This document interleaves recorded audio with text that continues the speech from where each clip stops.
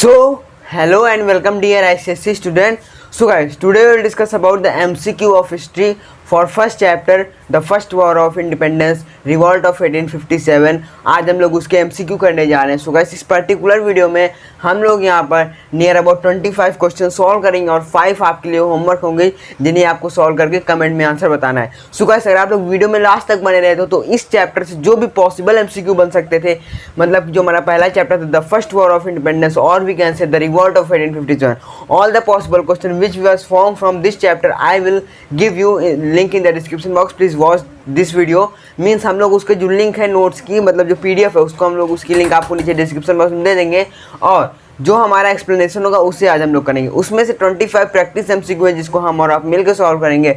बचे हुए 5 आप सॉल्व करेंगे और बाकी के 5 मैं सॉल्व करूंगा. मतलब कि हम दोनों को 5 सॉल्व करने और 25 को डिस्कस करेंगे. सो गाइस, अगर आपको ये वीडियो अच्छा लगे तो लाइक कर देना, चैनल पे नए मेरे दोस्त सब्सक्राइब कर देना. यहाँ पर आपकी स्क्रीन पर आपका पहला MCQ आ रहा है. सो गाइस, यहाँ पर हमारा जो पहला क्वेश्चन है वो है, आप लोग यहाँ पर सोच रहे होंगे यहाँ तो स्टार्टिंग सेकंड क्वेश्चन है. जो फर्स्ट क्वेश्चन है वो आपके लिए होमवर्क, अभी मैं आपको उसको शो करूँगा. तो सेकंड क्वेश्चन है हमारा, the revolt of 1857 was started by. जो हमारा रिवॉल्ट था 1857 का वो किसके द्वारा स्टार्ट किया गया था? द सिपाहीज, द जमींदार, the peasants and the plantation worker. तो गाइस, जो इसका सही आंसर था वो हो जाएगा हमारा द सिपाहीज. जिन्होंने ऑप्शन ए चूज़ किया है उनका सही है, क्योंकि जो ब्रिटिश के द्वारा कहा जाता है कि ये हम जो वॉर था 1857 का, ये कोई वॉर नहीं था, ये बल्कि एक सिपाही म्यूटिनी थी. मतलब कि हमारे जो सिपाही उनके खिलाफ एक विरुद्ध था, जंग थी बस. उसमें कोई भी गुण जो है वो, मतलब कि इंडिपेंडेंस वाले कोई भी गुण नहीं थे उस वॉर में. ओके, सो गाइस बढ़ते हैं सेकंड क्वेश्चन की तरफ, मतलब थर्ड की तरफ. The revolt of 1857 had it's beginning in, मतलब जो हमारा 1857 का रिवॉल्ट था वो उसकी स्टार्टिंग कब से हुई? तो आप सभी को पता है 1857 में तो हुई, ये आप सभी को पता है. लेकिन अब उसमें पूछा गया कहाँ से हुई, तो लिखा हुआ है मीरठ ऑप्शन है, देन प्लासे, मद्रास, बॉम्बे. कौन सा ऑप्शन है एक बार फिर से पढ़िए. यहाँ पर हमारे पास मीरठ, प्लासे, मद्रास और बॉम्बे. तो जो गाइस इसका सही आंसर हो जाएगा, जिन्होंने ऑप्शन ए चूज़ किया था उनके लिए थम्स अप, वो ए ऑप्शन एकदम सही है. देन हम लोग बढ़ते हैं क्वेश्चन नंबर 4 की तरफ. An effect of the 1857 revolt was that.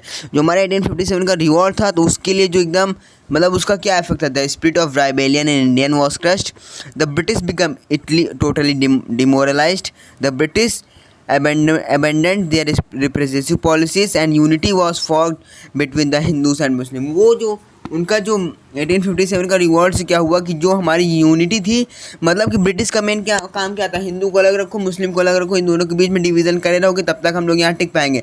जैसे उनके बीच में डिवीज़न खत्म हुआ हम लोग को यहाँ से जाना पड़ेगा.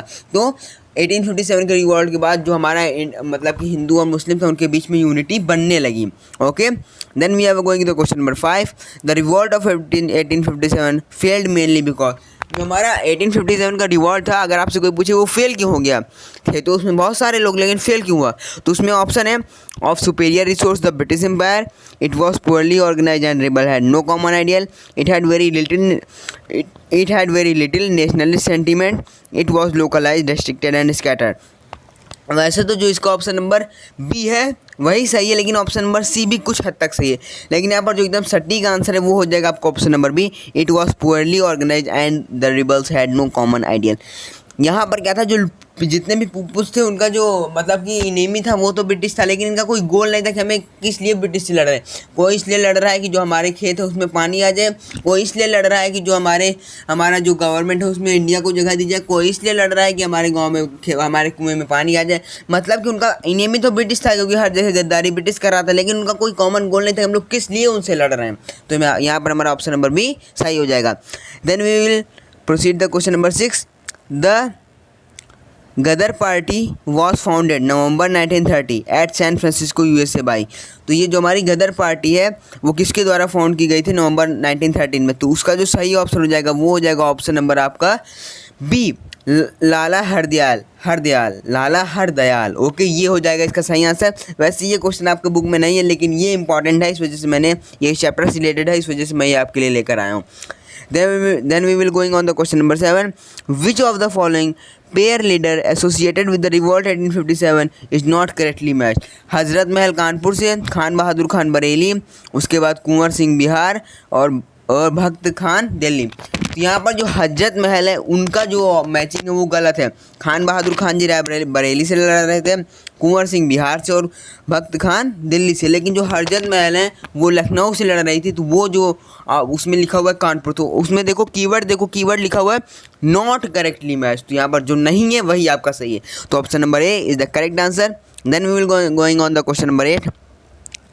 The administrative consequences of the revolt of 1857 was transfer to power from East India Company to the British Crown, British Crown to the East India Company, East India Company to the Governor General और British Crown to the Board of Directors। तो यहाँ पर जो मतलब बोला गया, तो जो एडमिनिस्ट्रेटिव कॉन्सिक्वेंसेस थे रिवॉल्ट ऑफ 1857 के, वो किसकी पावर किसको दिया जा रहा था, कहाँ से कहाँ दिया जा रहा था। मतलब कि अब जब वो हमारे ऊपर कब्जा करने लगे, जो ईस्ट इंडिया कंपनी आई थी हमारे इंडिया में स्टार्टिंग में, उसके बाद तो कब्जा करने लगा, तो धीरे धीरे सारी पावर अपने इंडिया कहाँ चली गई, ब्रिटिश के पास या ब्रिटिश क्राउन में चली गई।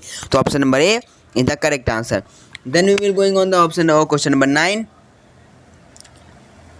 After the initial success of the revolt of 1857, the objective for which the leader of the revolt worked was it to restore the former glory to the Mughal Empire, to form a federation of Indian state under the aegis of Bahadur Shah II, elimination of foreign rule and return the old order, and fourth one is each leader wanted to establish his own power in his respective religion। तो यहाँ पर जो आपका option number C है वो सही है। देखो, after the initial success of the revolt of 1857, the objective for which the leader of the revolt worked was eliminated of foreign rule and return the old order. तो ये हमारा जो option number 9 है, मतलब ऑप्शन नंबर सी है, वो सही हो जाएगा।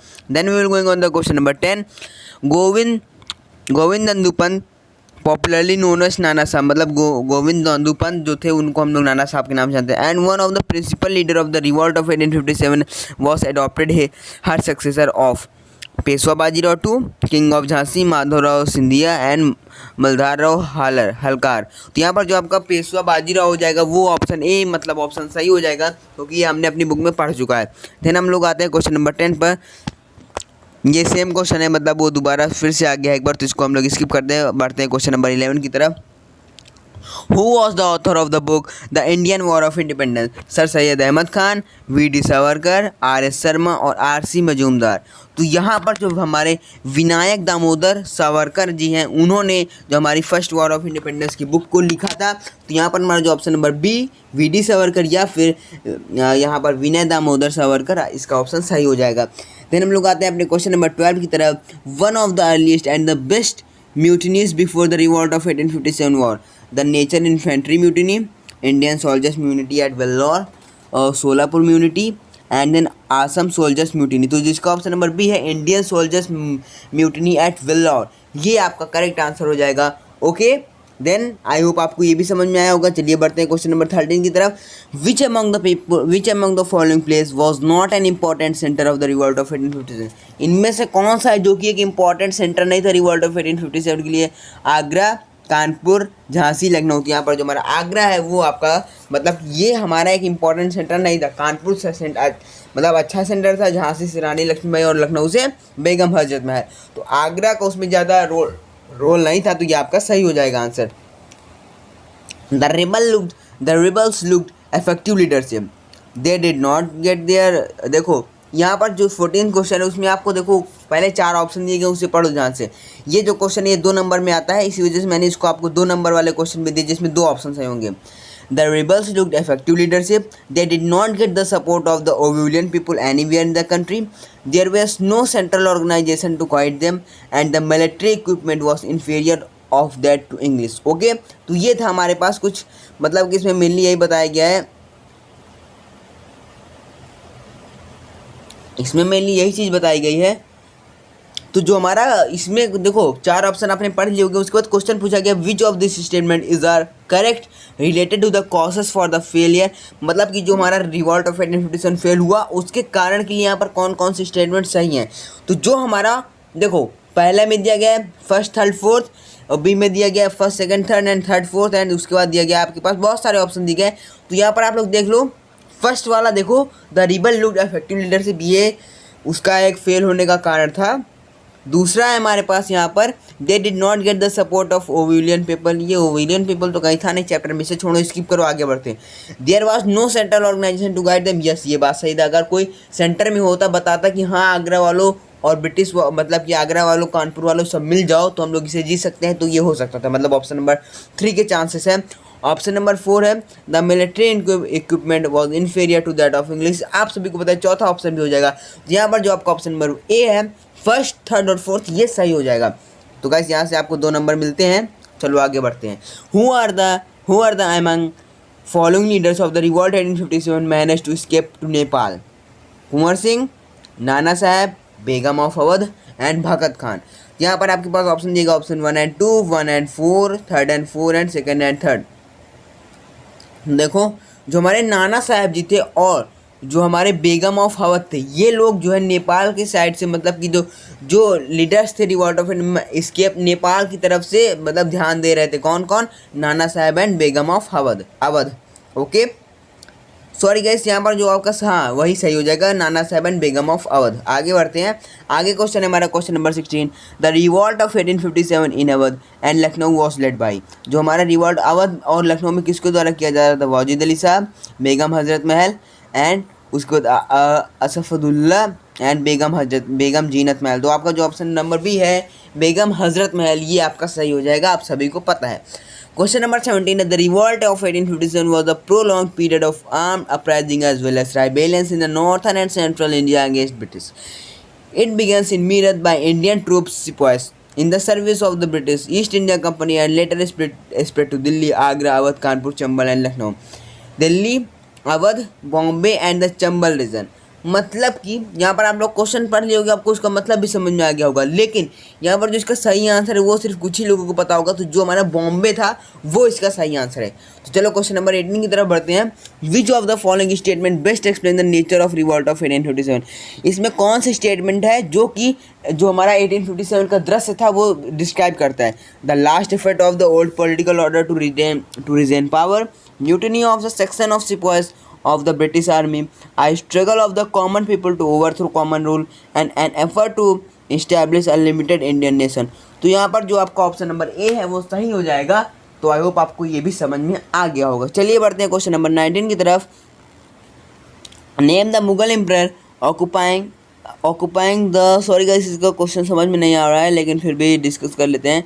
इसमें पूछा गया नेम द, रुकिए हम इसको पढ़ने की कोशिश करते हैं। ओके, इसमें लिखा गया है was nominal emperor as the Mughal empire existed in name and only authority was limited only to the world of. Okay, यहाँ पर बताया गया जो हमारे बहादुर शाह जफर जी हैं उनको बताया गया था उनके बारे में कि जो उनकी नेम है या उनकी जो, जैसे बहादुर शाह जफर एक राजा थे तो जो उनका नेम होता है वो नेम को कोई और नहीं यूज़ कर सकता है।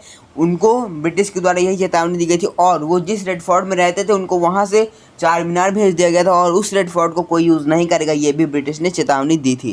तो यहाँ पर ऑप्शन नंबर सी आपका सही हो जाएगा।